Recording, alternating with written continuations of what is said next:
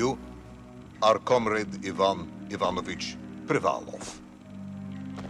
In 1961, you were selected for the Shukovgrad Internaut Exploration Program SSSR. Despite failing your basic physical and being caught cheating on your entrance exams, on the morning of the 12th of April 1962, you boarded a rocket drill containing the experimental device Little Orpheus, with the purpose of descending through the Earth's crust to discover the relative hollowness of the interior and its suitability for colonization. No, you've lost me, General. Did I do what? You and Little Orpheus were dropped into an extinct volcano to drill to the center of the Earth and find out if we could establish a city there. Note, if you will, that this date is over 3 years ago.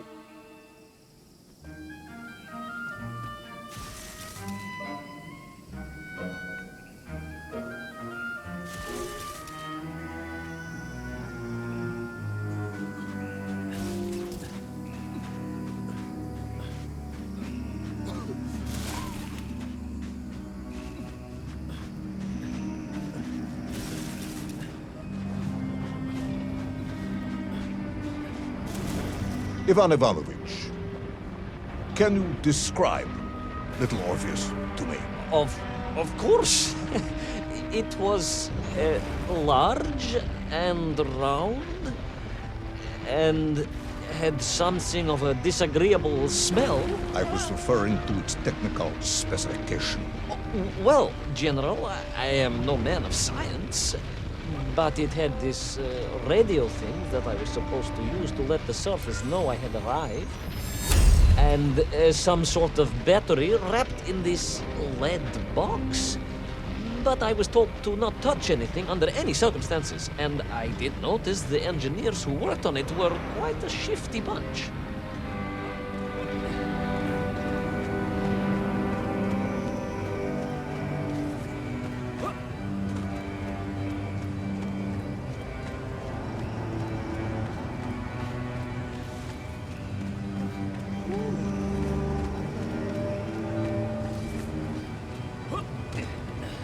The Little Orpheus device contained a radio transmitter capable of sending a signal through miles of solid rock.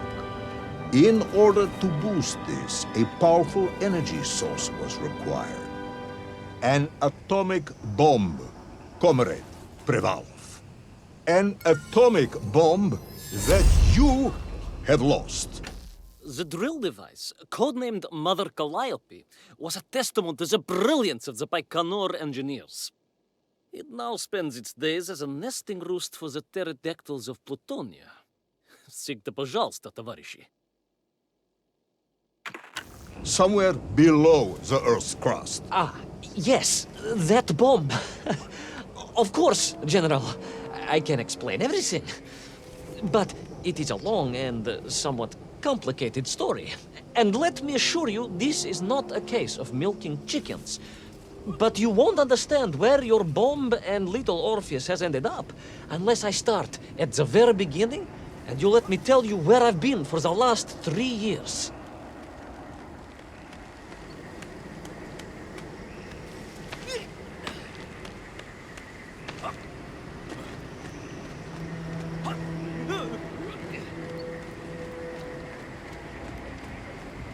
From the beginning, then. But this had better be good. Good, General. It's more than good. It's extraordinary. And it began like this.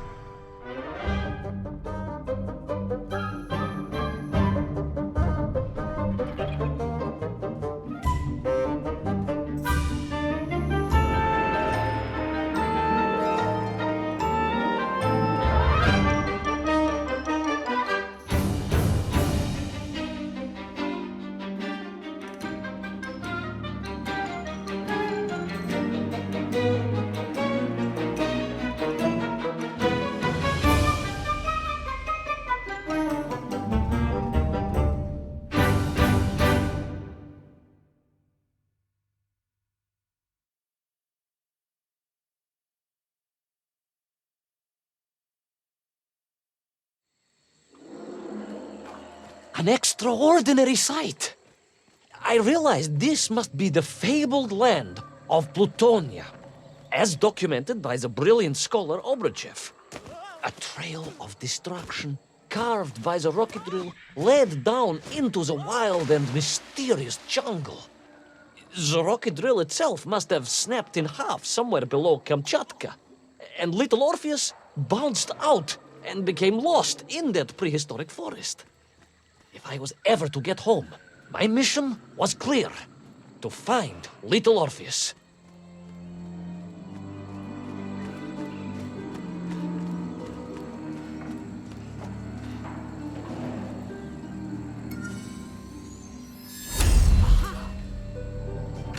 The little Orpheus was a cramped and smelly affair on the inside, despite its remarkable exterior. And there was a definite smell of dog. They assured me it was specially constructed for a cosmonaut, but I remained skeptical. It definitely smelled of dog.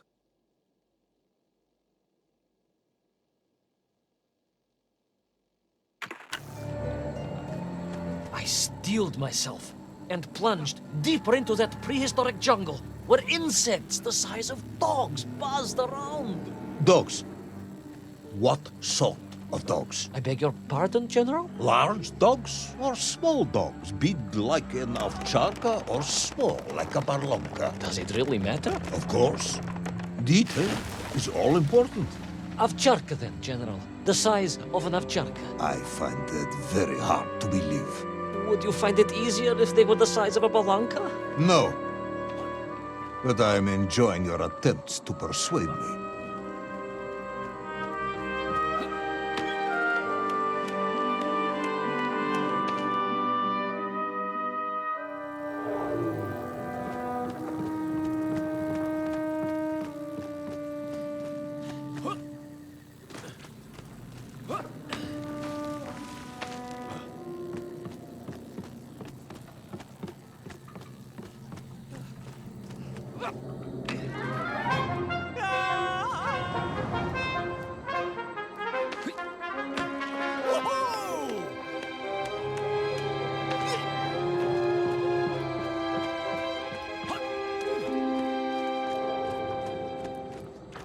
Another part of the rocket drill.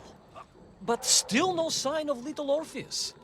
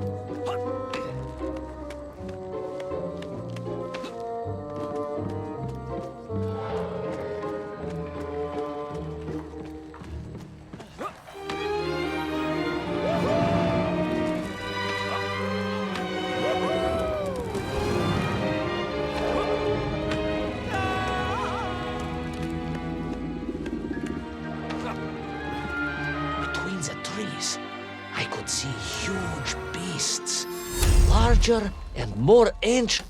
I felt like a small boy wandering amongst the magical forest, expecting a Lieshi to leap out at any moment and tickle me most horribly.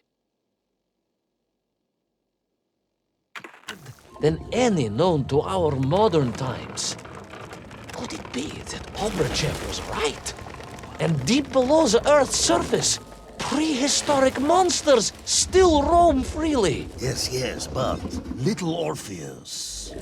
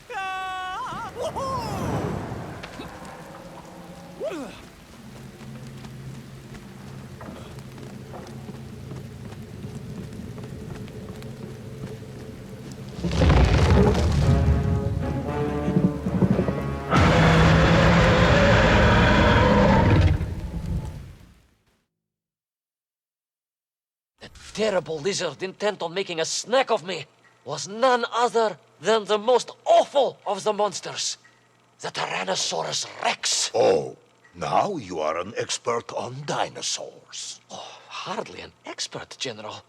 Just educated by the best schools in the world, like all good socialists. And I remembered one crucial thing. I'm listening.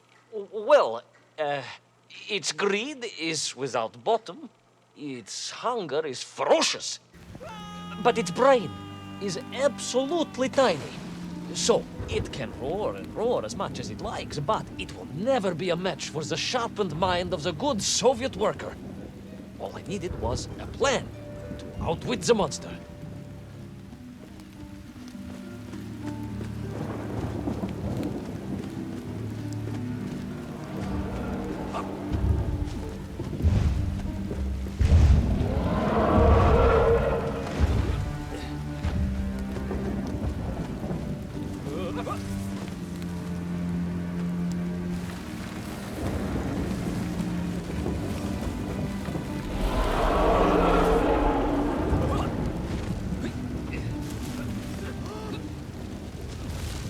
Imagine my shock and surprise to find in that clearing the last part of the rocket drill. More shocking was the fact it had been ransacked. Someone had made off with the tools, the weapons, the rations, and the spare parts for the Pragviev. I began to suspect foul play. Perhaps little Orpheus was not lost at all, but stolen. All I could do was follow the trail further into Plutonia.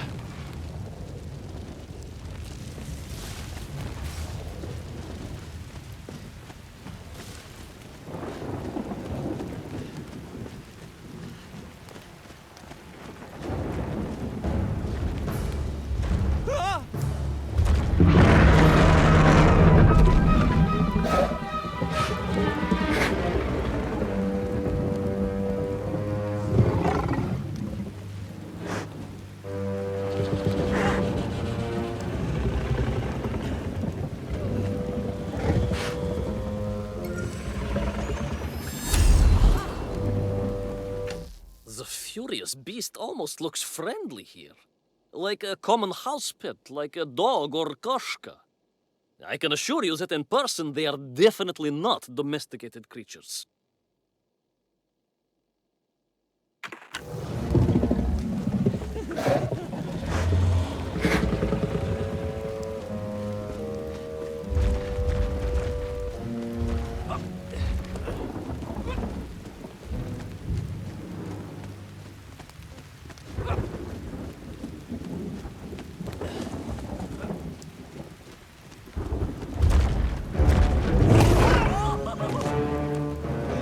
So we all agree this was the fabled land of Plutonia, do we? I don't remember accepting that. I will admit it might not have been Plutonia if you are prepared to accept the dinosaur. This isn't a negotiation, Ivan Ivanovich. General, you can disagree all you like, but there's very little you can do to persuade me it wasn't a dinosaur. I might not be able to persuade you, but I can always have you shot.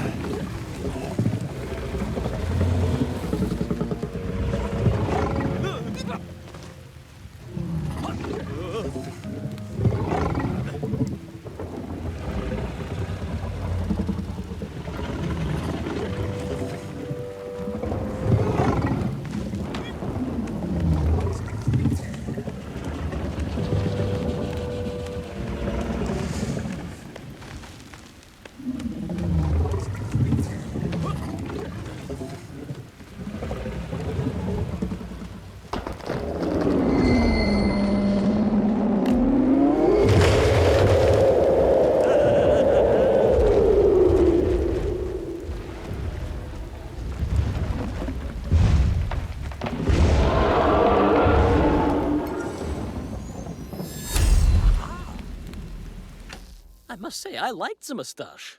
I'm disappointed I was made to shave it off before my descent.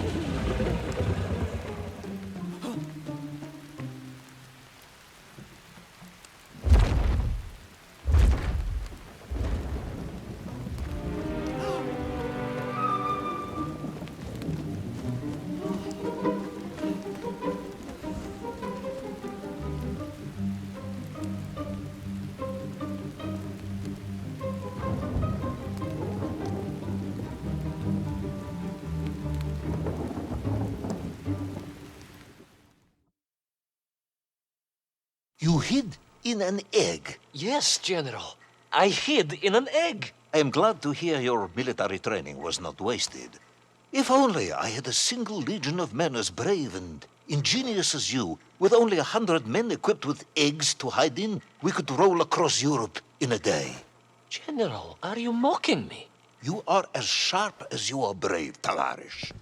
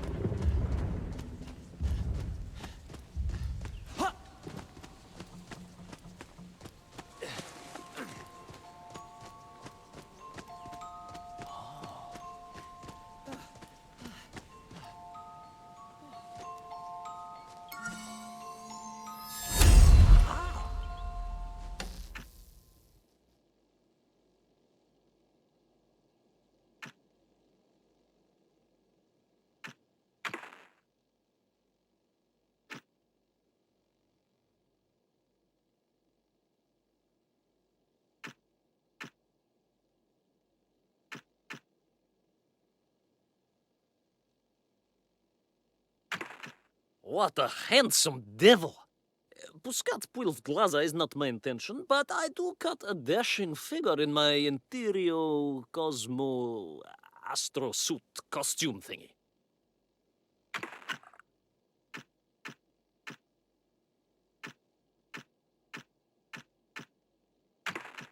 Rocketry is a dangerous business, you know. But how to best capture the sheer power, the terrible and wondrous force required to blast a drill through miles of solid rock to the center of the Earth?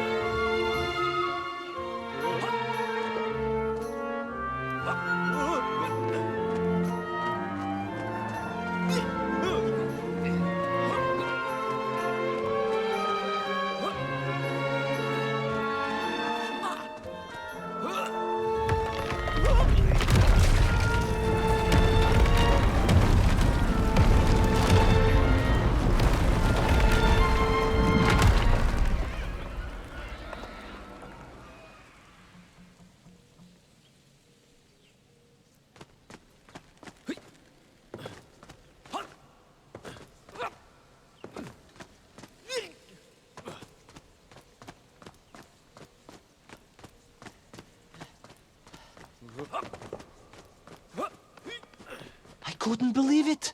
I still struggle to believe it. A whole lost city, buried in that jungle deep below the crust of the earth. Who would have thought it was possible? Who indeed?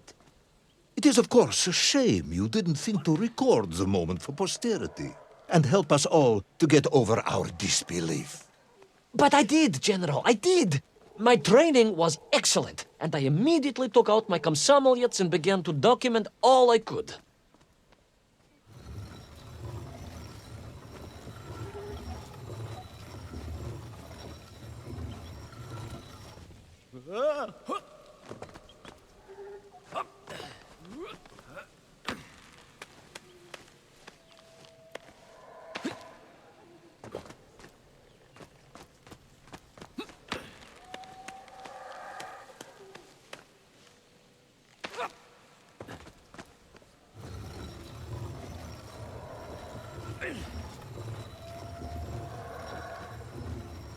So, where is this camera now, then?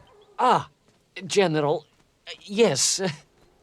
What, of course, I meant to say was my training was excellent, and I immediately reached for my camera, only to realize it must have been torn from my utility belt in the crash and lost forever in that forgotten jungle.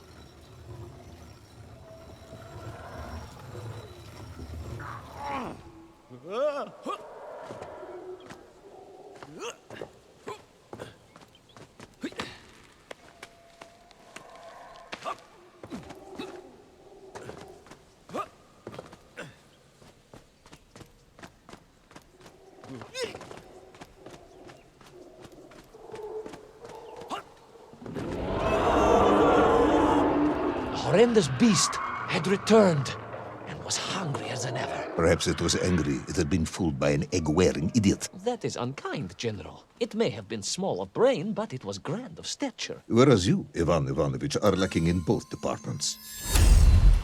Presuming there... Plutonia really was a remarkable place. Quite unlike the small vegetable patch at the bottom of Uncle Sasha's garden in Shebalinua. I suspect his Raditsky were not carnivorous either.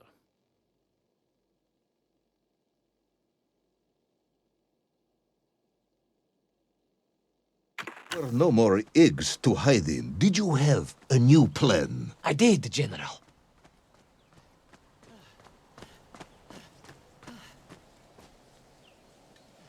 Please, do tell me, what was this brilliant plan?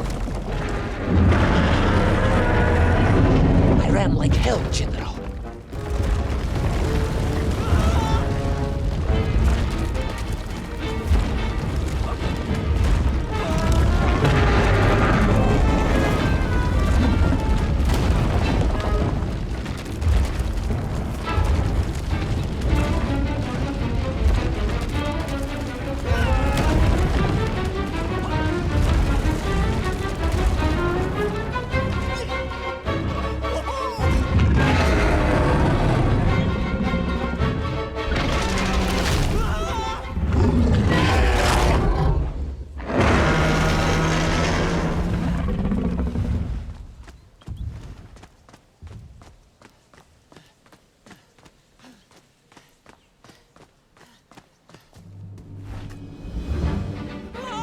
Will our intrepid yet doomed hero survive the jaws of the ferocious dinosaur? Will he meet his end miles underground as an aperitif for a ravenous raptor? What dark secrets could be buried in the lost city of Agatha? Will the general ever discover the location of his lost bomb? All of these questions and more will be answered in the next exciting episode of Little Orpheus!